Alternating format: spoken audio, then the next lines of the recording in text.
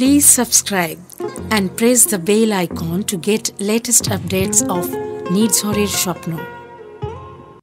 আপনারা শুনছেন কাহানি।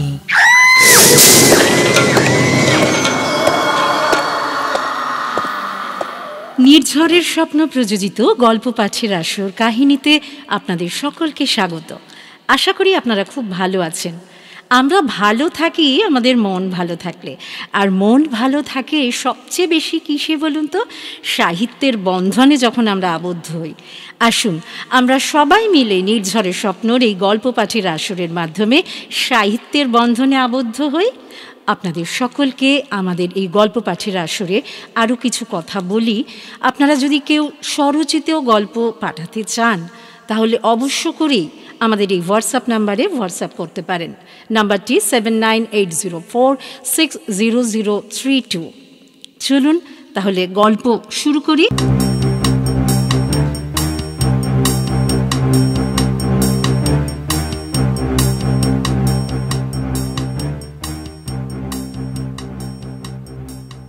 একই সঙ্গে মানুষের মনে এমন আশা আর আশঙ্কা দেখা দেয়, এমন প্রবলভাবে একই ঘটনাকে উপলক্ষ করে তা কিন্তু জানত না পরমেশ।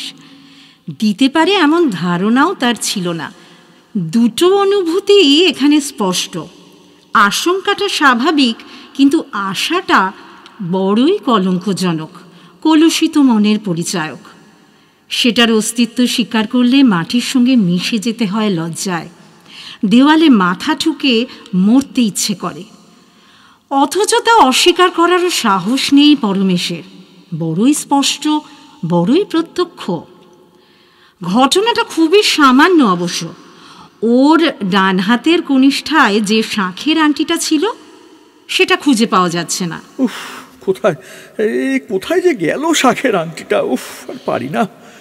এ নিয়ে পরমেশ এতটাই বিচলিত যে আপাত দৃষ্টিতে সেটা বড়ই হাস্যকর, চায়ের পেয়ালায় তুফান তোলার মতো। 6 টাকা দামের আংটি, আছেও হাতে অনেক বছর। এখন অবশ্য হয়তো আর 6 টাকায় পাওয়া যাবে না সে আংটি। পরমেশ কিন্তু 6 টাকাতেই কিনেছিল, এটা কিন্তু তার খুব ভালো করেই মনে আছে। এমনিই কিনেছিল, কেউ যে বলেছিল তা নয়। ধারণ করার মতো করে যে পড়েছিল তাও কিন্তু নয়। অথবা খুব একটা শখও যে তার ছিল তাও নয়। নেহাতি একদিন শাঁখার দোকানের সামনে দিয়ে যেতে যেতে নিচু শোকেসে সাজানো দেখে কিনেছিল আংটিটি। সেই থেকে হাতেই আছে। সে বহু দিনের কথা হলো, অন্তত 10-11 বছর তো হবেই। 6 টাকা দাম, সুদ শুদ্ধ উসুল হয়ে গেছে। তবু যে সেই সামান্য আংটিটা হারানো নিয়েই পরমেশের মনে এমন প্রচণ্ড তুফান উঠেছে, দুই বিপরীত মনোভাবের এমন বিপুল সংঘাত, তার কিন্তু যথেষ্টই কারণ আছে। কাকতালীয় হয়তো ভেবে ভেবে বার করেছে বলেই সব ঘটনাগুলোকে নিজের চিন্তার অনুকূলে ব্যাখ্যা করেছে পরমেশ। তবু এ ধারণাটা তার মনের মধ্যে ক্রমেই দৃঢ়মূল হয়েছে। এখন আর তাকে বিদায় দেওয়া বা ভুলে যাওয়া সম্ভবই নয় পরমেশের। এই আংটিটা পরমেশের হাত থেকে কখনো খোলে না, টানাটানি করেও খুলতে পারা যায় না। তবু অজ্ঞাত কারণে এই আংটিটাই এক এক সময় হারিয়ে যায়। আর যখনই হারিয়েছে তখনই একটা না একটা অমঙ্গল ঘটেছে, অনিষ্ট হয়েছে, প্রাণহানি হয়েছে। এমনই বিচিত্র ব্যাপার যে দুর্ঘটনাগুলো ঘটে যাবার পর আবার ফিরে পেয়েছে সেই শাঁখের আংটিটা পরমেশ। ফলে আংটিটা যে তার শুধু প্রিয় হয়ে উঠেছে তা কিন্তু নয়, এটাকে নিজের অজ্ঞাতসারেই কতটা এক ধরনের নিজের রক্ষা কবচ বলে ভাবতে শুরু করেছে পরমেশ। বরং এক এক সময় তার ভয়ই হয় আংটিটার দিকে চেয়ে। কোন ভাগ্যে যে এটা এমন করে জড়ালো আমার জীবনের সঙ্গে? তিনি কোন দেবতা যিনি এই আংটিটা আমার কাছে পাঠিয়ে দিয়েছেন? এই কোন নিয়তি কে জানে, কে জানে। কখনো কখনো মনে হয় যেন ওই আংটিটা একটা সজীব পদার্থ। আমার জীবন, আমার চিন্তা, সমস্ত ভবিষ্যৎ যেন দেখতে পাচ্ছি ওর মধ্যে। আর আংটিটা যেন কৌতুকের হাসি হাসছে। একটা এই সামান্য জিনিস এমনভাবে দেহের অংশীভূত হয়ে গেল ফেলতে গেলেও ফেলা যায় না, ফেলবার সাহসও নেই আর। এ কি জ্বালা হলো আমার! একদিন রাগ করে মনের আতঙ্ক থেকে অব্যাহতি পেতে খুলে ফেলতে গেছি, খোলা যায়নি। সাবান দিয়ে তেল দিয়ে অনেক রকম চেষ্টা করেছি, কিছুতেই খুলতে পারিনি। যেন সহজাত কবচ কুণ্ডলের মতো এই চামড়ার সঙ্গে মিশে গেছে ওটা। কেটে না ফেললে এর থেকে আমার মুক্তি নেই। অথচ হারাই যখন যখন খুলে পড়ে যায়, কখন যায় কেন যায় তা বোঝাও যায় না। প্রথম পড়েছিল যেদিন এই শাঁখের আংটিটা, সেই দিনই পরমেশের সেজ ভাই বিজয়েশ স্কুল থেকে ফেরার পথে লরি চাপা পড়ে। 7 দিন হাসপাতালে ছিল, চেষ্টা বা চিকিৎসার কোনো ত্রুটিও হয়নি। অসংখ্য অস্ত্রোপচার হয়েছে, তবু বাঁচাতে পারা যায়নি তাকে। 8 দিনের দিন মারা গেছে বিজয়েশ। এই 8টা দিন খুব একটা খোঁজাখুঁজি করার সময় পরমেশ পায়নি বটে, তবে মাঝে মাঝে ঘর, বাথরুম, খাবার ঘর, বারান্দা, নিজের বিছানা, যেখানে সেখানে পড়া সম্ভব খুঁজে দেখেছে পরমেশ। কোথাও পায়নি সেই শাঁখের আংটিটাকে। কিন্তু ভাইকে দাহ করে শ্মশান থেকে ফিরে সদরের বাইরে নিমপাতা আর মটর ডাল দাঁতে কেটে আগুন ছুঁয়ে ভেতরে যাবে, খালি পায়ে কি একটা ঠেকলো, হিট হয়ে দেখলো সেই শাঁখের আংটিটা। কেমন করে আংটিটা এখানে এলো? কে ফেললো? আচ্ছা, আর কারো চোখে পড়ল না কেন? জানি এসব প্রশ্নের কোনো সদুত্তর নেই, সত্যিই নেই। তারপর বছর 2 আর কিছু হয়নি, হঠাৎ আবার একদিন হারালো সেই শাঁখের আংটিটা। তখনও আংটির সঙ্গে কোনো দুর্ঘটনার যোগাযোগ থাকতে পারে এমন কথা মাথাতে যায়নি পরমেশের। এই বিষয়ে কোনো সংশয়ও দেখা দেয়নি। তাই আংটিটা এদিক ওদিক খুঁজছে, কিন্তু আতঙ্কগ্রস্ত হয়নি কিন্তু পরমেশ। বরং এক সময় মনে হয়েছে, অনেকদিন তো পড়লাম, এবার যায় তো যাক, আর একটা নতুন হবে। কিন্তু পরের দিনই খবর এসেছে দেশে ওর জ্যাঠতো ভাই দেবেশদার 2টি ছেলে মারা গেছে, দেওয়াল ও ছাদ চাপা পড়ে। সেকালের ভারী ভারী শালের কড়ি আর ডবল টালি, তার চাপে থেঁতলে গেছে বাচ্চা দুটো। খবর পেয়ে ওরা সকলে দেশে চলে গিয়েছিল। 7 পরে যখন ফিরল পরমেশরা, সেই দিনই ছেড়ে যাওয়া ময়লা শার্টটা কাচতে দিতে গিয়ে অভ্যাস মতো পকেটে হাত ঢোকাতেই হাতে পড়ল সেই শাঁখের আংটিটা। এইবার কিন্তু পরমেশকে ব্যাপারটা বেশ ভাবিয়ে তুলল। আচ্ছা, হাত থেকে খুলে পড়লে মেঝে পড়বে, বিছানায় পড়বে, কিংবা কলঘরে, সে সমস্ত জায়গা কয়েকবার তো তন্ন তন্ন করে খুঁজে দেখেছি, কোথাও পাইনি। পকেটে যাবার কোনো কারণ নেই, ইচ্ছে করে খুলিনি যে পকেটে রাখবো। তাছাড়া ময়লা জামার পকেট থেকে আমি টাকা পয়সা, কাগজপত্র, রুমাল বার করে নিয়ে গেছি। যতদূর মনে পড়ছে ভালো করেই দেখেছি যে আর কিছু পড়ে রইল কিনা। আর তাহলে তো তখনই হাতে ঠেকতো। তাহলে সত্যি সংশয়টা সেই প্রথম দেখা দিয়েছিল পরমেশের মনে। তবু তখনই ততটা স্পষ্ট হয়নি বা আমলও দেয়নি। আকার ধারণ করছে যত দিন যাচ্ছে ততই, যে একটা কিছু হচ্ছে শাঁখের আংটির জন্য। তবে তৃতীয়বার যেদিন হারালো, সেদিন যাকে বলে তোল মাটি ঘোল করা, তাই করেছে পরমেশ। কোথাও খুঁজতে বাকি রাখেনি। সবাই মিলে খুঁজেছে বাড়ি শুদ্ধ, কিন্তু কোথাও চিহ্ন পর্যন্ত পায়নি শাঁখের আংটিটার। পরের দিন পরমেশের বাবা অফিসে গিয়ে শুনেছেন তারা গভর্নমেন্ট টেন্ডারে আসামে যে মাল পাঠিয়েছিলেন, সে মাল মান অনুযায়ী নয়, মানে নমুনা যেটা দেওয়া হয়েছিল সেরকম নাকি হয়নি, এই অজুহাতে ফেরত এসেছে। যাতায়াতের খরচ সব ওদের, টেন্ডারের টাকাটাও বাজেয়াপ্ত হয়েছে। ছোট ব্যবসা তাঁর, এমনিতেই নানা কারণে টালমাটাল যাচ্ছিল, তার উপর এতগুলো টাকা লোকসান, সর্বশান্ত হবার উপক্রম। সরকারি হিসেবের বাইরেও খানিকটা খরচ তো হয়েছে, ঘুষ দিতে হয়েছে। ঘুষ ছাড়া সরকারি ঠিকা পাওয়া যায় না।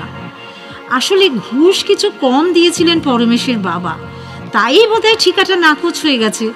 অপরে নিশ্চয়ই বেশি ঘুষ দিয়েছে। কিন্তু তবুও খানিকটা টাকা তো দিতেই হয়েছে, তাই না? তার পরিমাণও নেহাত কম নয়। সেটাও বাজে খরচে গেল। আরও মুশকিল, এসব খরচ ইনকাম ট্যাক্স বিভাগ মানবেই না।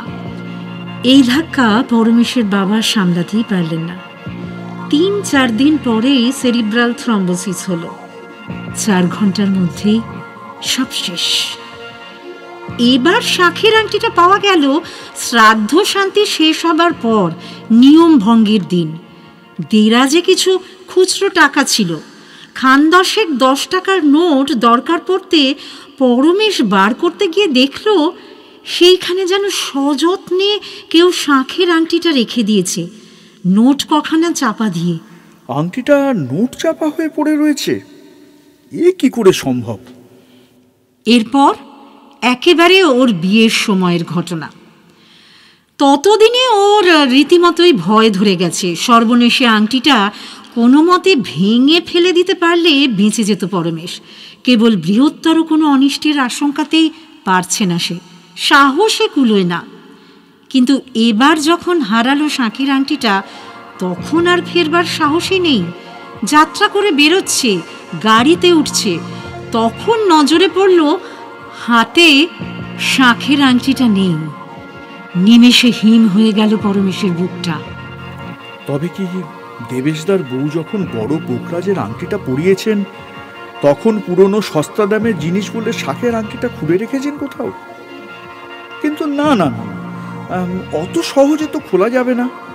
কত টানাটানি করে, কত সাবান জল দিয়ে যা খুলতে পারিনি, সে আংটি খুলে নেবে আর আমি টের পাবো না? না না না, তা কখনোই সম্ভব নয়, কখনো সম্ভব নয়। তবে তবে যে কি তা ভাবতেও মাথা ঝিমঝিম করছে পরমেশের। কিন্তু তখন আর ফেরবার সময় নেই, যাত্রা স্থগিত করারও নয়। বহু লোক যাচ্ছে সঙ্গে, বাড়িতেও আত্মীয় কুটুম্বে ভরে গেছে। প্রায় 300 লোককে নিমন্ত্রণ করা হয়েছে বৌভাতে। কাল বাদে পরশুই তো বৌভাত। এখন বিয়ে বন্ধ করা মানে হাজারো কৈফিয়ত, দাঁড়িয়ে অপমান হওয়া। তাছাড়া সে ভদ্রলোকদেরও তো জাত যাবার প্রশ্ন আছে, তাই না? যদিও আজকাল আগের মতো জাত যায় না, কিন্তু কার্য তো সেই রকমই দাঁড়ায়। সুতরাং বসেই রইল পরমেশ স্থির হয়ে। কিন্তু এই ফুলের মালা, এই বর বেশ, এই সাজানো গাড়ি, বন্ধু বান্ধবদের কৌতুক বিদ্রূপ, চারিদিকের আনন্দ কোলাহল, সমস্তই যেন একটা অকরুণ পরিহাস বলে মনে হতে লাগলো। সব যেন ম্লান হয়ে গেল। আনন্দ, উৎসব, সমারোহ, আশপাশে কে কি বলছে তার এক বর্ণ মাথায় ঢুকলো না পরমেশের। সংবাদটা পাওয়া গেল পৌঁছবার সঙ্গে সঙ্গে।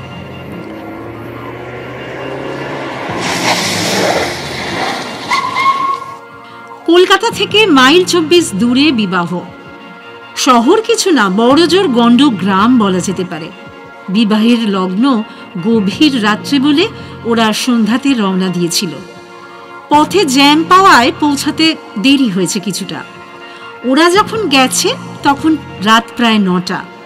তবু বিয়ে বাড়িতে এমন শোকাভিভূত গৃহের মতো নীরবতা আদেও স্বাভাবিক নয়।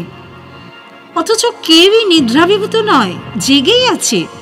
লোকও কম নেই, কিন্তু তারা সবাই চুপ করে গুম খেয়ে দাঁড়িয়ে আছে, পাষাণ মূর্তির মতো।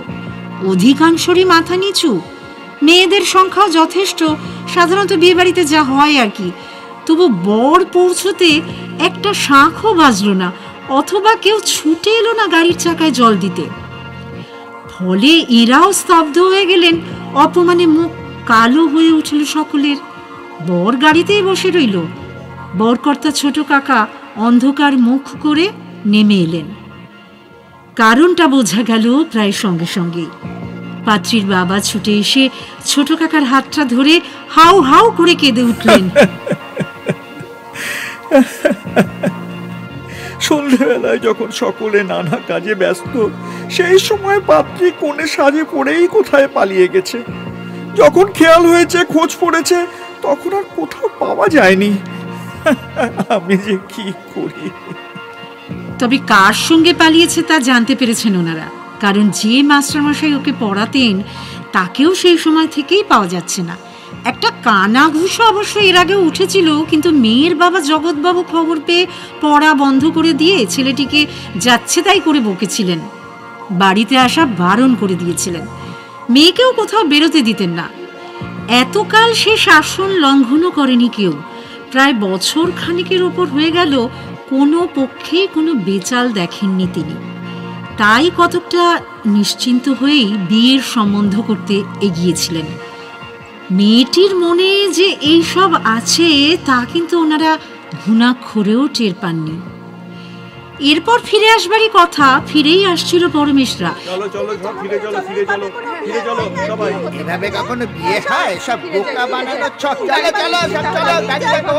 কিন্তু গ্রামের কয়েকজন প্রবীণ ব্যক্তি এসে বাধা দিলেন।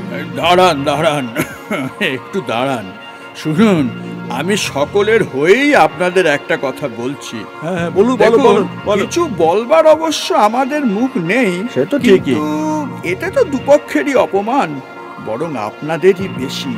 আমাদের তো যা হবার তা হয়েই গেছে, ঢিঢিক্কার পড়ে গেছে। আপনারাও বউনা নিয়ে ফিরে গেলে ওখানে মুখ দেখাতে পারবেন না।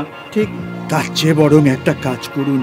আমি বলি কি, জগৎবাবুর একটি ভাইঝি আছে, প্রায় ওই বয়সেই হবে, দেখতে মন্দ নয়, কিছু লেখাপড়াও শিখেছে, সংসারের কাজকর্ম সব জানে, আর সবচেয়ে যেটা বলবার, স্বভাব চরিত্র অতুলনীয়। এটা ঠিক, দিদির বিপরীত একেবারে। একদম ঠিক বলে, কেউ কোনো ছেলেদের সঙ্গে আড্ডা দিতে বা ফষ্টি নষ্টি করতে কখনো দেখেনি। না না, ঠিক।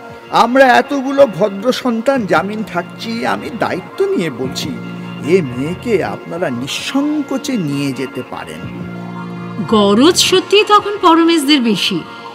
এদের যা অপমান বা লোক জানাজানি হবার তা তো হয়েই গেছে, এখন ওদেরও যদি বউ না নিয়ে ফিরতে হয়, কেলেঙ্কারির শেষ থাকবে না।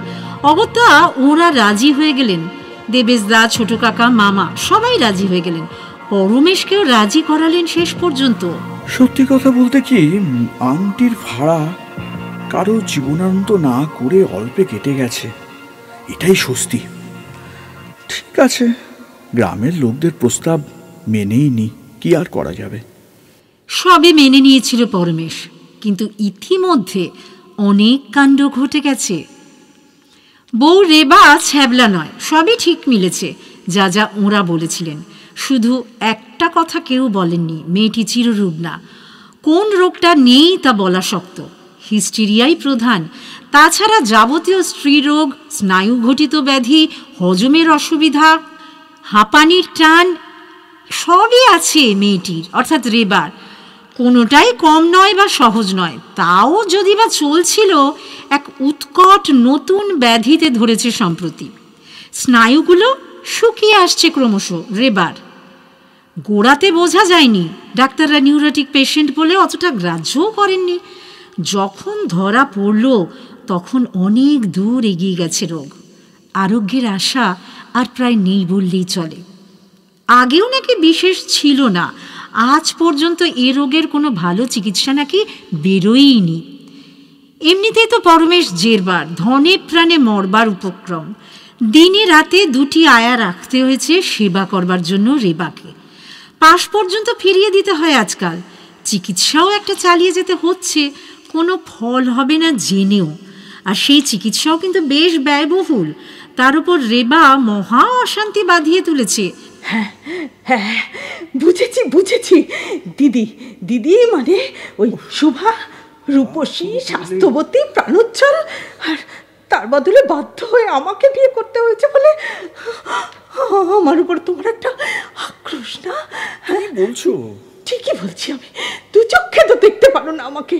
তার উপর আমি অবিরাম পয়সা খরচা করতে হচ্ছে তো তোমাকে। ফলে সে বিদ্বেষ একেবারে প্রতিহিংসায় পরিণত হয়েছে। হ্যাঁ হ্যাঁ, আমি সব বুঝি। তুমি ইচ্ছে করে চিকিৎসার নামে বিষ ইঞ্জেকশন দিয়ে এমন মহাবাতি ধরিয়ে দিয়েছো আমাকে। না বল না। শোনো, ভুল করছো তুমি। দেখো, তোমার দিদিকে নিজে গিয়ে আমি দেখে আসিনি, সুতরাং আমার তাকে পছন্দ করার প্রশ্নই উঠছে না। আমি বুঝি। বিশ্বাস করো, কি বলবো, আমার মরা মা বাবার দিব্যি, মা কালীর দিব্যি। তাছাড়া বিষ দেওয়ার কোনো চেষ্টা আমার নেই, কারণ তোমাকে আমি অনেক বড় বড় ডাক্তার দেখিয়েছি, প্রচুর টাকা তাদের ভিজিট, সেই সমস্ত ডাক্তার দিয়ে আমি চিকিৎসা করিয়েছি, তাই তো? তাহলে আর ডাক্তাররা তোমাকে বিষ দেওয়ার জন্য ঝুঁকি নেবে কেন খামাখা, বলো দেখি? তুমি একটু বোঝার চেষ্টা করো প্লিজ, একটু বোঝো। তুমি পিশাচ, তুমি একটা রাক্ষস, রাক্ষস। আমি বললে আমার মরাটার বুকের উপর তুমি করে নাচবে। তোমাকে আমি বেশ চিনে নিয়েছি। একটু শান্ত হও, একটু শান্ত হও। না, আমি শান্ত হতে পারছি না। আর একটা বিয়ে করার জন্য চটপট করছো তুমি, তাই না? তাকে আমি জানি না ভেবেছো? ভেবেছো তুমি আমি কিচ্ছু বুঝি না? কি বলছো? ক্রমশ এটা বেড়েই চলেছে, পাগলামিতে পরিণত হয়েছে। কথা কইতে এখন রীতিমতো কষ্ট হয়, তবু অকথ্য কুকথা গালিগালাজ করে যায় সে স্বামীকে দিন রাত। ঝি চাকর কাউকেই মানে না সে। তুমি শেষ হয়ে যাবে, ধ্বংস হয়ে যাবে, তুমি তোমার জীবন শেষ হয়ে যাবে, কোনো শান্তি পাবে না তুমি, একটু শান্তি পাবে না তুমি, ধ্বংস হয়ে যাবে। শেষে এমন একটা সময় আসে যে সত্যি সত্যি পরমেশ স্ত্রীর মৃত্যু কামনা করে। আর তো কোনো আশাই নেই, গলা পর্যন্ত বুঝে আসছে। ডাক্তাররা শক্ত খাবার দিতে বারণ করেছেন, ভাত চটকে দুধে গুলে ঝিনুকে করে খাওয়ানো। পৃথিবীর কোনো সুখ, কোনো সম্ভোগই আর ওর অদৃষ্টে নেই। কোনো সৌভাগ্য কোনোদিন আসবে না জীবনে, কোনো আনন্দের স্বাদও ও আর পাবে না। তবে আর কেন এই মিথ্যে কষ্ট পাওয়া, ওরও আমাদেরও? দৈহিক যত না কষ্ট, মানসিক কষ্ট সেটাই সবচেয়ে বেশি অসহ্য। দিবারাত্র এই বিরক্তি, দুশ্চিন্তা, মাইনে করা দাস দাসীদের কাছে এই অপমান, ওরা রেবার আড়ালে যে কি পরিমাণ হাসাহাসি করে তা কি আর আমি বুঝি না? কিন্তু না, হ্যাঁ, এসব আমি কি ভাবছি, ছি ছি ছি ছি ছি। কিন্তু প্রথম পরমেশের চিন্তাটা মাথায় আসার সাথে সাথে গা শিউরে উঠত। দুহাত দিয়ে ঠেলে বার করে দিতে চাইতো মন থেকে এই চিন্তাটা। কিন্তু পাপের বীজাণু সহজে মরে না, কোনো কোনো চর্মরোগের মতো নিশ্চিহ্ন করে দিলেও আবার এক সময় মাথা তোলে। ওর এই চিন্তাও একটু একটু করে বাসা বাঁধে ওর মনে। কিছু পরে সেটা স্থায়ী বাসায় পরিণত হয়, ক্রমে প্রাধান্যও পায়।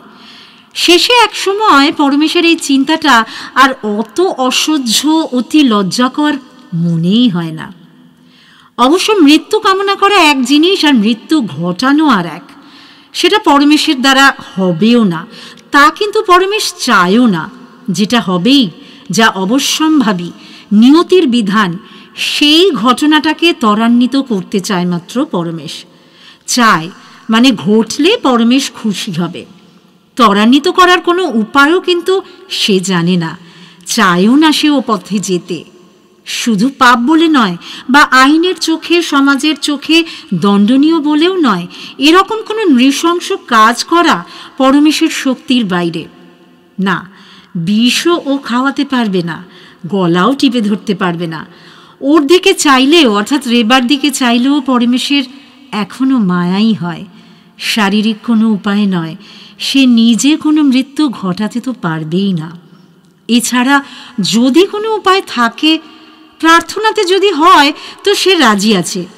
ভগবান, ওকে মুক্তি দাও, পরমেশের এটাই কথা। ওকেও মুক্তি দাও, আর আমাদেরকেও মুক্তি দাও। এর মধ্যেই হঠাৎ একদিন শাঁখের আংটিটার দিকে নজর পড়ল পরমেশের। এটা যদি হারাতো কোনো মতে, এতবার তো হারালো, আর একবার হারাতে পারে না। অবশ্য হারালেই যে অনিষ্ট বা অমঙ্গল এই পথে আসবে তার কোনো অর্থ নেই। কিন্তু সে সম্ভাবনা পরমেশ ভাবতেও চায় না বলেই মাথাতেও আসে না। সে শুধু কি করে হারানো যায় শাঁখের আংটিটা, অন্তত খুলে ফেলা যায়, সেই চিন্তাই করে। নতুন করে চেষ্টা শুরু করে আবার। সাবান দিয়ে দেখে, লুব্রিকেটিং তেল দিয়ে আস্তে আস্তে চুড়ি খোলার মতো করে ঘুরিয়ে ঘুরিয়ে দেখে, হচ্ছে না। শেষে এক সময় আঙুলের ওপর নোড়া দিয়ে ঘা দেয়। আংটিটা ভাঙতে গিয়ে যদি আঙুলটা ভাঙে সেও ভালো, কিন্তু সেই নিতান্ত ভঙ্গুর শাঁখের আংটি নোরার ঘায়েও ভাঙে না। অগত্যা হতাশ হয়ে হাল ছেড়ে দেয় পরমেশ। না না না না, এসব চিন্তা ভাবনা অবাস্তব, যা দেখছি এ সম্ভব নয়। সেই শাঁখের আংটি আজ আপনিই হারিয়ে গেছে। আশা পরমেশের এটাই, যদি এতেই তার স্ত্রী বিয়োগ হয়, যদি হয়। আর সেই আশার জন্যই একটা দুর্নিবার লজ্জাও রয়েছে পরমেশের। আশঙ্কা সেটা ছাড়া যদি অন্য কোনো অমঙ্গল হয়, অর্থাৎ রেবা মারা না গিয়ে যদি অন্য কোনো কিছু হয়, দুটো এই বিপরীতমুখী চিন্তার সংঘাতে বিবর্ণ হয়ে ওঠে পরমেশ। তার কপালে ঘাম দেখা দেয়, বুকের মধ্যে ধরফর করতে থাকে পরমেশের। ভালো করে খুঁজতেও পারে না, সে শক্তিও নেই, বিশেষ ইচ্ছাও নেই। যাই তো যাক, একেবারেই যাক। অনেকক্ষণ পরে নিজেকে সামলে নেয় পরমেশ। চাকরকে ডেকে বলে আংটিটা খুঁজতে, ঝিকে বলে ঘর মোছার সময় ভালো করে লক্ষ্য করতে শাঁখের আংটিটাকে। নিজেও খোঁজে সাধ্যমতো, বিছানায়, দেরাজে, টেবিলে, যেখানে যেখানে পড়া সম্ভব সেখানে সর্বত্রই খোঁজে, কোথাও নেই। বলা বাহুল্য শাঁখের আংটিটা পাওয়া যায় না। এমন ভাবে পাওয়া যে যাবেও না তাও কিন্তু পরমেশ জানে। সে তার সময় মতো, ওর প্রতি নিয়তির পরিহাসের মতো এক সময় দেখা দেবে। খানিকটা পরে হাল ছেড়ে স্নান করতে যায় পরমেশ। বাথরুম থেকে বেরিয়ে আসতেই দিনের আয়া এসে বলে, দাদা বাবু, বৌদি আপনারে ডাকতেছে। ওরে বাবা, আবার আবার সাত সকালে সেই অশান্তি। গলা প্রায় বুঝে এসেছে, ফিস ফিস করে কথা কইতেও কষ্ট হয়, তবু অব্যাহতি দেয় না। না না না না দাদা বাবু, বৌদি আজ কিন্তু একটু বেশ হাসি খুশি আছেন। তাই? হ্যাঁ, মনে হয় আজ অনেকদিন পরে মাথাটা একটু ঠান্ডা আছে, কথা কইতেও পারছেন একটু একটু। তাই দেখে গিয়ে। হ্যাঁ দেখেন। তবে কি আংটিটা হারানোর ফল অন্য কোনো দুঃসংবাদের আকারে অপেক্ষা করছে? না না না না, অত ভাববার, অত শত ভাববার সময় নেই আমার, সময় নেই। যাই, রেবার ঘরেই যাই। রেবা, রেবা বলো, কি বলবে? ওকে দেখো না, আজ না অনেকটা ভালো বোধ করছি গো। সত্যি? গলাটাও একটু পরিষ্কার, শুনছো? হ্যাঁ, ঠিক ঠিক শুনছো না? হ্যাঁ। হ্যাঁ, এই দেখো, আমি না নিজেই পাশ পেলুম এই মাত্র। বাহ, তাহলে বোধহয় ডাক্তারের এই নতুন ওষুধটায় কাজ দিয়েছে একটু, কি বলো? হ্যাঁ গো, আমারও তাই মনে হচ্ছে। এই একদিনে ঠিক ওষুধটা খুঁজে পেয়েছে ডাক্তার। সত্যি তোমাকে কত গালাগাল দিয়েছি, নতুন ওষুধটা খাওয়াতে শুরু করলে বলে কত অকথা কুকথা বলেছি। আমিও যেমন অভাগে চলে আর জ্বালিয়েই তো গেলুম গো তোমাকে। একটা দিনের জন্য শান্তি পেলে না আমাকে নিয়ে। তুমি তাড়াতাড়ি সুস্থ হয়ে ওঠো, এটাই আমার কাছে অনেক। এসব বাদ দাও। অভিভূতির মতো শোনে পরমেশ। এ কি সত্যি রেবার গলা? তার কথা শুনছে সে কি সত্যি রেবার কথা? অনেক উন্নতি হয়েছে, তাতে কোনো সন্দেহ নেই। গলাটা সত্যিই কিন্তু অনেকখানি স্বাভাবিক। ডাক্তার ঘোষ অবশ্য শুনিয়ে দিয়ে গিয়েছিলেন, দেখুন, দীপ নেভার আগে একবার জোর করে জ্বলে ওঠে, কবিরা বলেন না, ঠিক সেই রকম। এই ওষুধের অ্যাকশন একটা পাবেন, তবে তা কতদিন স্থায়ী হবে আমি কিন্তু জানি না। এ কি সেই জ্বলে ওঠাই, নাকি সত্যিই ভালো হয়ে উঠবে এবার রেবা? শোনো না, শোনো, জানো সকালে না একখানা বিস্কুট চেয়ে খেলাম। হ্যাঁ গো, ওই যে ওই নিত্য ওই দুধে গোলা সন্দেশ আর ভাত ভালো লাগে না, এটা বেশ খেতে পারলাম চিবিয়ে। বাহ বাহ, ঠিক, খুব ভালো। তোমার চান হয়ে গেছে? হ্যাঁ, হয়েছে। জল খাবার টাবার কিছু দিয়েছে তোমার বঙ্কু? হ্যাঁ দিয়েছে, তুমি নিশ্চিন্ত থাকো, দিয়েছে। আচ্ছা, হ্যাঁ গো, তোমার আংটি? আছে। শাঁখের আংটি? আছে। শাঁখের আংটিটা কোথায় গেল? আছে আছে আছে। কোথায় গেল তোমার শাঁখের আংটি? কোথায় কোথায় কোথায়? আছে আছে, তুই ব্যস্ত হও না। নেই আছে নেই আছে। নেই নেই, নিশ্চয়ই ইচ্ছে করে খুলেছ, ইচ্ছে করে খুলেছ আমাকে মারবে বলে, আমাকে মারবে বলে না? না না, সেটা তো সহজে খোলে না, নিশ্চয়ই ভেঙেছ, ভেঙেছ বসে বসে। হ্যাঁ হ্যাঁ হ্যাঁ, ইচ্ছে করে ভেঙেছ। হারায়নি হারায়নি, কিচ্ছু হারায়নি। সব তোমার শয়তানি, সব তোমার শয়তানি, আমি সব বুঝি। তুমি তো বলেছো আংটিটা হারালে কেউ না কেউ মরে। হ্যাঁ বলেছো না, বলেছো না তুমি? হ্যাঁ, তুমি একটা খুনে, তুমি পিশাচ, তুমি রাক্ষস। একটু শান্ত হও, একটু শান্ত হও।